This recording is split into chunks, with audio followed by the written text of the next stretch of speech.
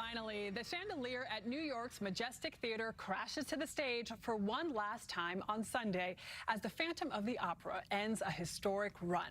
When it opened in 1988, CBS's Charles Kuralt described the production on Sunday morning as, quote, a spectacle of darkness and light.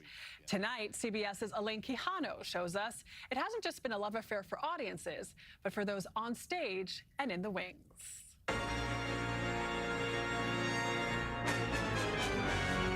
When Phantom of the Opera debuted at Broadway's Majestic Theater in 1988, American audiences had never seen anything like it. With a soaring score by Andrew Lloyd Webber and gloriously Gothic staging, the story centers on a disfigured, mask-wearing musical genius living in the Paris Opera House who becomes dangerously obsessed with a young soprano. Adam Feldman is the longtime theater critic of Time Out New York. It was a very lavish, very sumptuous production with a huge orchestra, a huge cast, huge costumes and sets. So as an audience member coming into it, even if you didn't necessarily even speak the language, you could still get a wonderful theatrical experience out of it. The show won 7 Tony Awards, including Best Musical. I thought it would run forever, and I'm sad about it. Open up your mind, let your Howard McGillin performed as the Phantom longer than any other actor in the show's history. More than 2,500 performances over the course of 10 years. The darkness of the music of the night. It's a challenge to play this role because it's physically and emotionally very, very intense. There's a lot of physical climbing of ladders backstage and dropping through trapdoors, but then there's this emotional intensity of the role that is exhausting, but thrilling at the same time. That intensity mesmerized theatergoers. In its 35-year New York run, Phantom sold some 20 million tickets, earning more than $1 billion.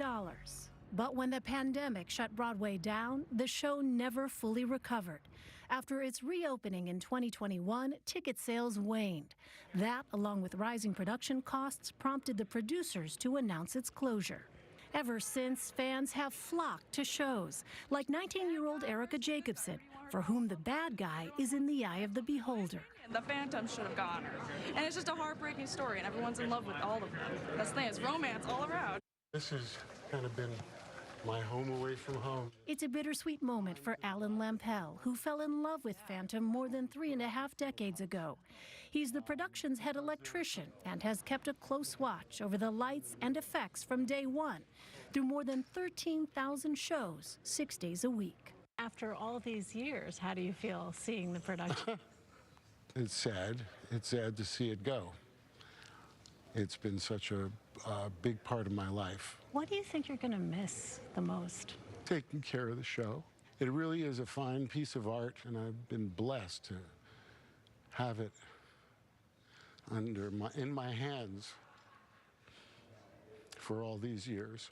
Grief and gratitude at having played a role in Broadway history. It changed my life, it changed my career. I'll forever have this as a part of my little legacy on Broadway.